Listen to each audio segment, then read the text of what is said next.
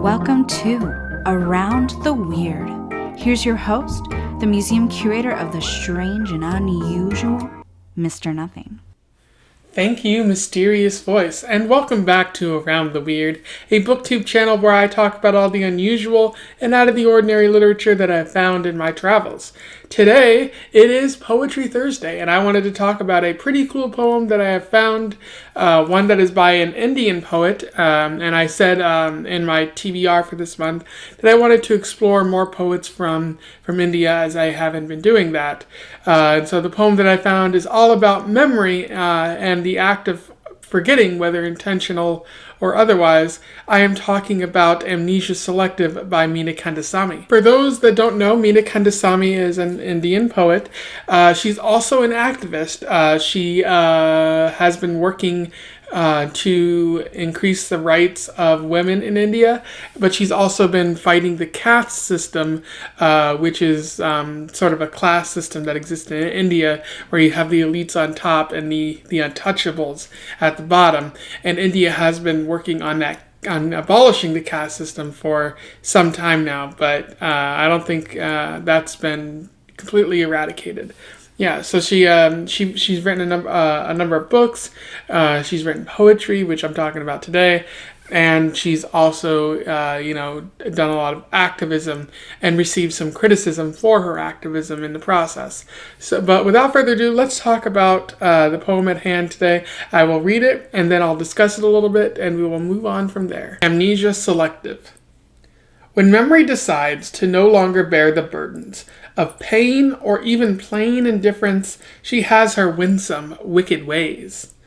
Some days, years later, life requires you to unearth some event long past, and you set about browsing your brain like a desk full of office files, and then come across a resounding emptiness. Memories, drizzle fragile, are not to be found. What greets you instead, through those yellowing sheets of typed matter, is the blank and ugly blotches of dried whitener, so carefully applied then. It has a fading smell of chalk and chlorine, a blend like memory that works at your throat. You try to scratch it, and the faintest hopes are betrayed as the caked pieces of whitener crumble, displaying nothing but toe-curling holes where crummy paper and ink once contained you. And so that was Amnesia Selective by Meena Kandesamy, a pretty interesting and really cool poem that I was happy that I found, because it allows me to talk more about psychology of all things. If you didn't know before, I have a degree in psychology, and this poem really speaks to me as someone like that. Meena Kandesamy talks about in this poem about memory and how the brain often forgets painful memories, and that's true.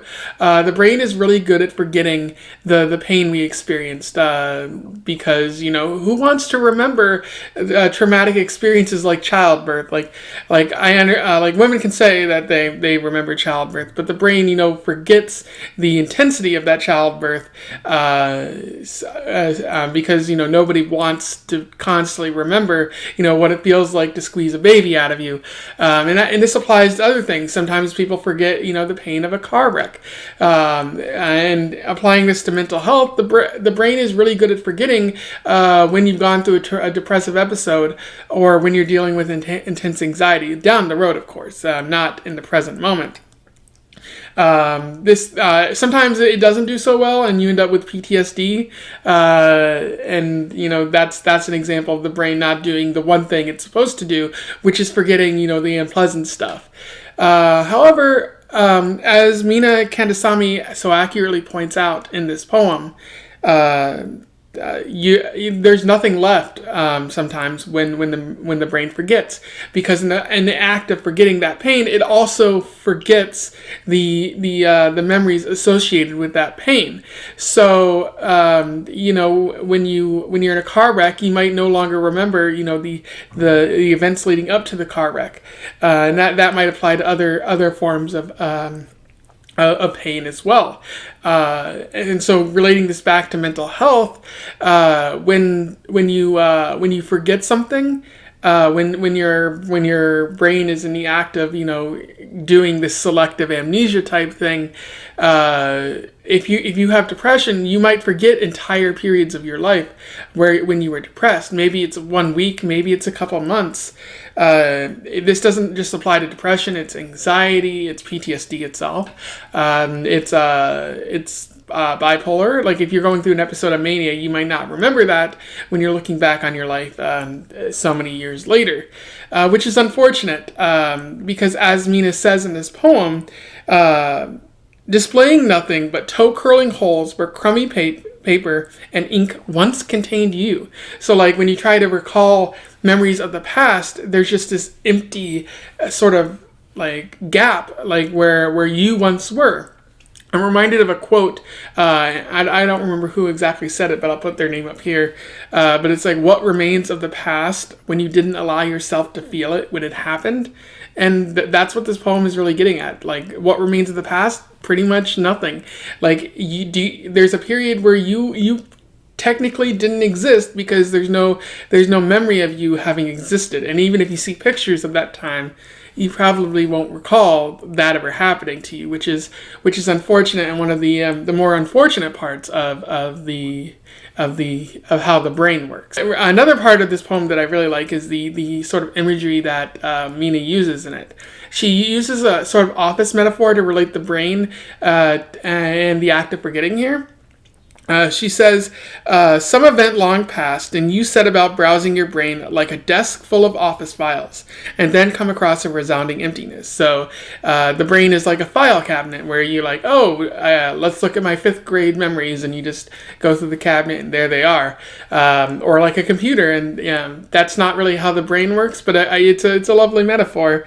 And then you have, near the end, those yellowing sheets of typed matter is the blank and ugly blotches of dried whitener, so carefully applied then. So the act of forgetting is equated to using whiteout.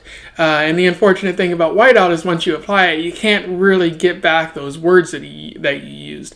And so when the brain uses the whiteout on memory, you can't get back those memories. You could try to recall as best as you can, but it's not going to be as accurate as you want it to be. And that's why sometimes when people try to recall those memories with assistance from therapists and whatnot, sometimes you get false memories implanted with when you didn't mean to. And so that's a very interesting aspect of this poem where she's using a sort of office metaphor, which surprisingly fits. And so that was Amnesia Selective by Meena Kandesamy, a wonderful poem. I really like the getting at how the brain works, how psychology works, and the metaphor that she uses and the imagery that she uses. And how ultimately this poem is deeply sad, but I think it could speak to a lot of people because a lot of people have gone through a significant amount of pain in their life, whether it be mental or physical, and they might find themselves forgetting some of those important moments in their life, and so this poem can let them know that you're not alone in that. I definitely recommend it if you can find it, and in fact, I will put a link to it in the description so that you can read it and enjoy it. I will definitely seek out more of Meena's poems in the future because she is a quality poet based on a couple poems that I read from her. In the meantime, if you have something to say about this poem, or if you've read it before, comment below. I would love to hear from you. We can have a great discussion about Meena Kandesamy. In the meantime, don't forget to like, share, and subscribe so that we can get Meena Kandesamy out to the masses. People can find out about her activism work, and people can find out about her lovely poems. And until then, I wish you the best of luck in your weird and forgetful travels. Farewell.